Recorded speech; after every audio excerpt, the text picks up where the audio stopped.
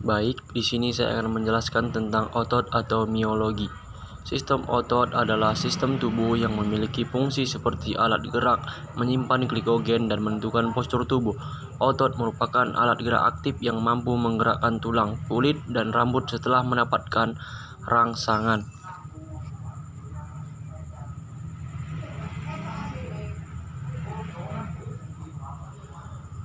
Ada 3 macam otot yang digolongkan berdasarkan struktur dan fungsinya.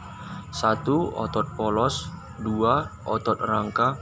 3. Otot jantung.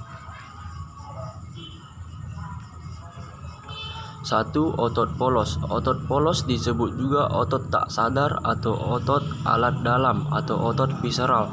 Otot polos tersusun dari sel-sel yang berbentuk kumparan halus. Masing-masing sel memiliki satu inti yang letaknya di tengah.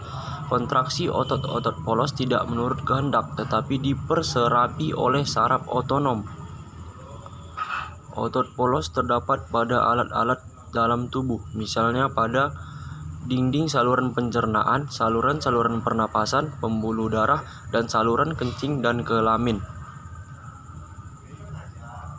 Ciri-ciri otot polos: bentuknya gelondong, kedua ujungnya meruncing, dan di bagian tengahnya menggelembung, mempunyai satu inti sel, tidak memiliki garis-garis melintang atau polos, bekerja di luar kesadaran, artinya tidak di bawah peta otak.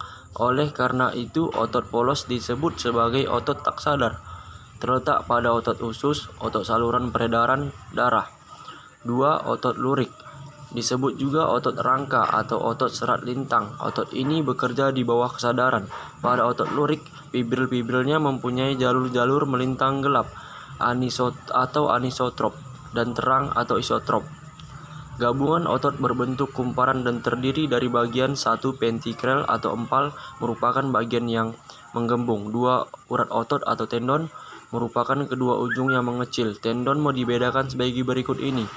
1. Origo merupakan tendon yang melekat pada tulang yang tidak berubah kedudukannya ketika otot berkontraksi.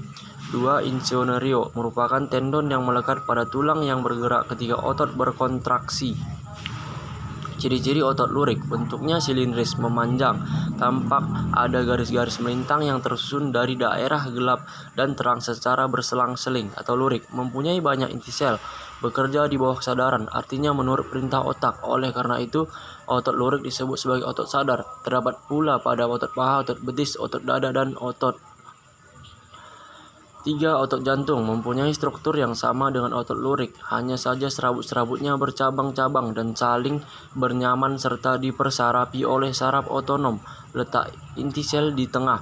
Dengan demikian, otot jantung disebut juga otot lurik yang bekerja tidak menurut kehendak.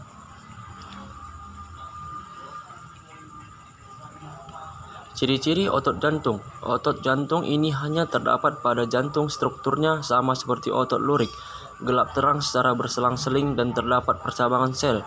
Kerja otot jantung tidak bisa dikendalikan oleh kemauan kita, tetapi bekerja sesuai dengan gerak jantung.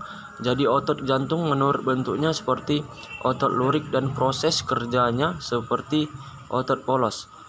Kelainan pada otot. Atrofi otot merupakan fungsi penurunan otot karena otot mengecil atau karena kehilangan kemampuan berkontraksi, misalnya lumpuh. Distori otot, penyakit yang diperkirakan merupakan penyakit genetis dan bersifat kronis pada otot anak-anak. Hipertrofi otot merupakan kelainan otot yang menyebabkan otot menjadi lebih besar dan lebih kuat karena sering digunakan, misalnya pada binaragawan. Hernia abdominal. Kelainan ini terjadi apabila dinding otot abdominal sobek dan menyebabkan usus melorot masuk ke rongga perut.